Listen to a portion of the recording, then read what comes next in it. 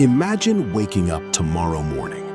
You roll over, you look out your window, and instead of your neighbor's house, instead of trees, clouds, a familiar sky, you see a rust-colored desert stretching to the horizon.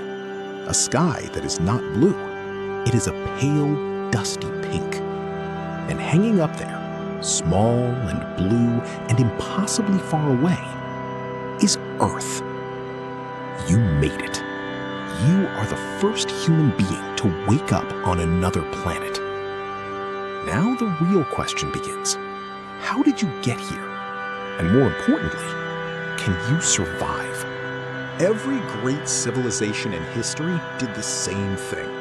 They looked at the horizon, saw something unknown on the other side, and walked toward it anyway. The Romans built roads across continents.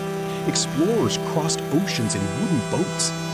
Astronauts strapped themselves to rockets and punched through the atmosphere. Every single time, people said it was impossible. Every single time, they were wrong. This is the story of the next impossible thing. What if humans actually built a colony on Mars? Not the movie version, the real version.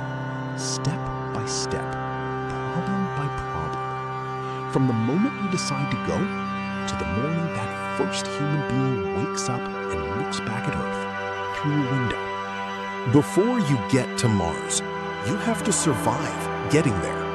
And that journey, it is 7 months long. In a spacecraft roughly the size of a large bus, with the same small group of people. No fresh air, no natural light, no privacy, nowhere to go. But the discomfort is the least of your problems. In space, without Earth's magnetic field protecting you, radiation hits your body constantly. Over 7 months, the DNA damage accumulates.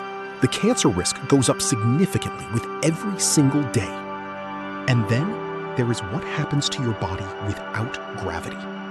Muscles start disappearing within weeks. Bones lose density. Your spine stretches. Your vision can permanently change because fluid in your brain shifts forward without gravity pulling it down. You land on Mars after 7 months, weaker than when you left, in an environment that will try to kill you from the moment you step outside. And there is no turning back. The return window only opens every 26 months. You are not just visiting. You land. The spacecraft touches down on Martian soil.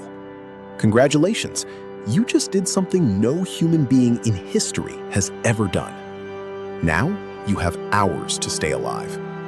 Step outside without a suit, and 3 things happen almost simultaneously.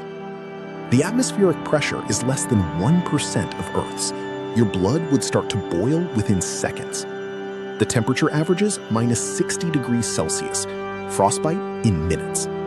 And the radiation, with no magnetic field and almost no atmosphere to stop it, hits you like standing next to an X-ray machine that never turns off. Mars does not care that you just traveled 140 million miles to get there. So the first priority? Shelter. Not tomorrow, not in a few hours, right now. The first Mars missions would likely arrive with pre-deployed habitats already waiting on the surface, sent ahead years earlier by unmanned missions.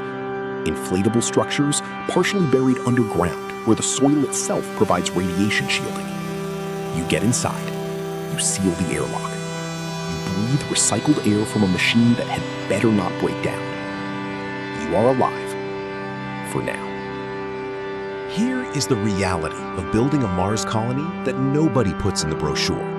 There is no hardware store, no delivery drone, no calling Earth and asking for help, because a signal takes up to 24 minutes to reach Earth and another 24 minutes to get a reply back. By the time you ask for help, nearly an hour has passed. You are on your own. Everything has to come from what you brought, or what Mars itself can provide. And here is the extraordinary part. Mars actually has what you need, if you can get to it. The soil, called regolith, can be 3D printed into bricks. early colony structures would literally be built from the planet itself, printed layer by layer by robots that arrived years before the humans. Oxygen? Mars has carbon dioxide, lots of it. A NASA experiment called MOXIE, which flew on the Perseverance rover, already demonstrated that you can split CO2 into oxygen and carbon monoxide right there on the Martian surface. It worked. It actually worked.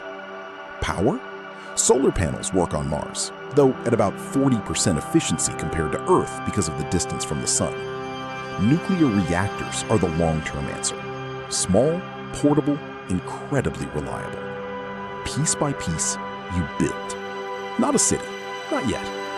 Just enough to survive another day, then another week, then another month. That is how civilizations start. And that is just getting there. In part 2, we find out if they can actually survive there and how to build a life on a planet that wants them dead. A very mysterious journey indeed. Part 2 is on its way.